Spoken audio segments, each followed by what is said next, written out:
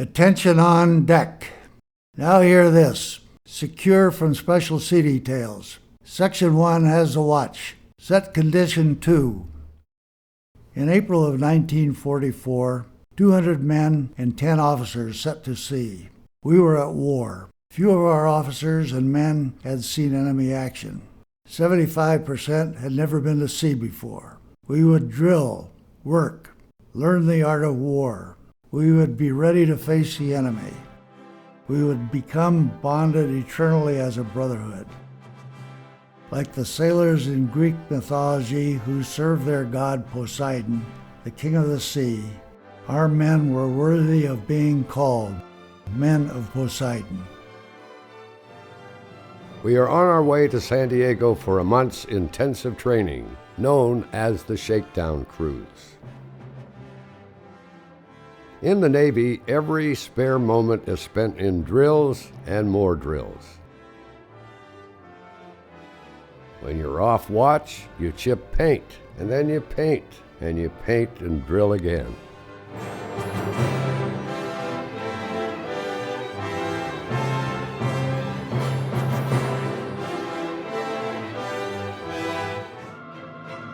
We are testing our smoke generators, a screen for concealment.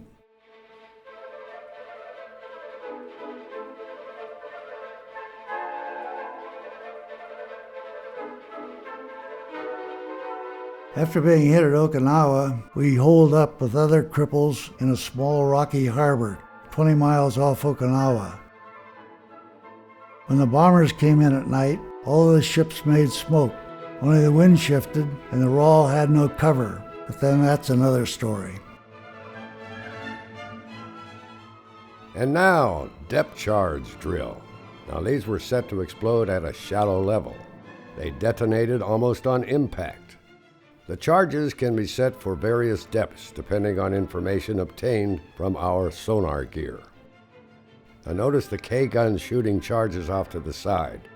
This is a conventional 13-charge pattern.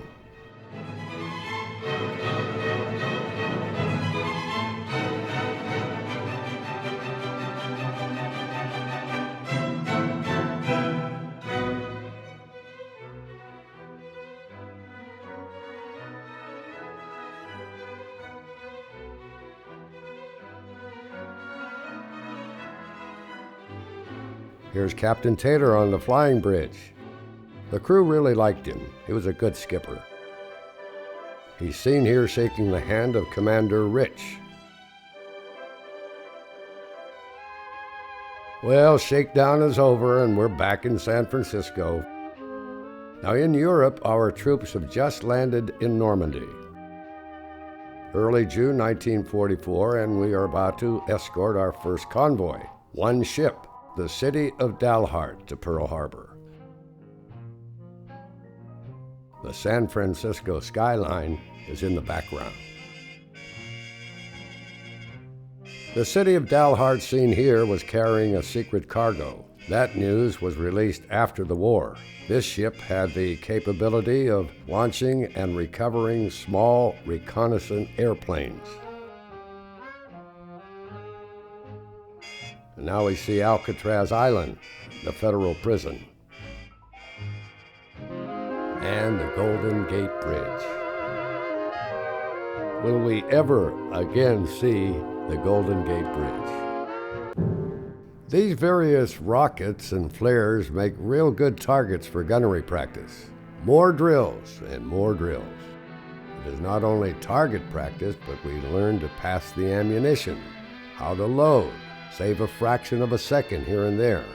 If exhausted and weary, well, each move comes naturally. Aft, now you can see the occasional blast of my gun, the 3-inch 50. After weeks of drill, we could load the shells and fire a round every 3 seconds. Praise the Lord and swing into position. Can't afford to be a politician. Praise the Lord, we're all between perdition and the deep blue sea. Yes, the sky pilot said it. You gotta give him credit for a son of a gunner was free. Shouting praise. rapid-firing guns are the 20 millimeters. They fire a 60-round magazine in just 20 seconds. And pass the ammunition and we'll all stay free. Fire and flooding are the main concern of the damage control crew. It takes a fireman's skill and requires a keen knowledge of the ship's fire mains and their shutoff valves.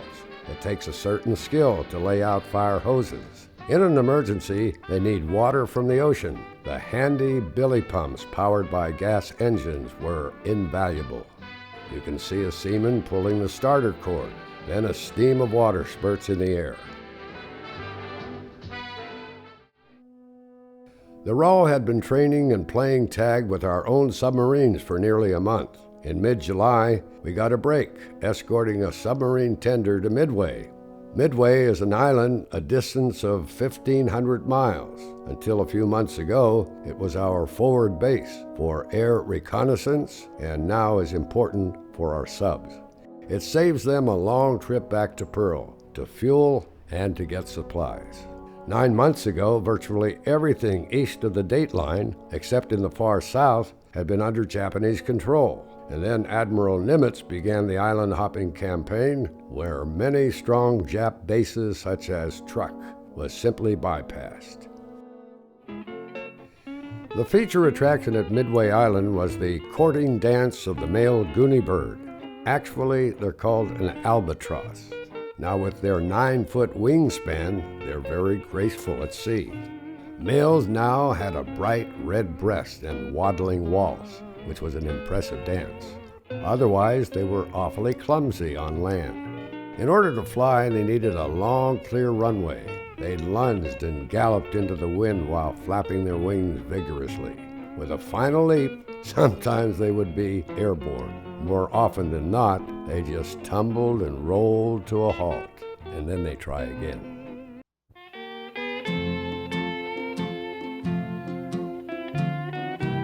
A colorful scene, a rainbow and a glimpse of Diamond Head, the Oahu shoreline.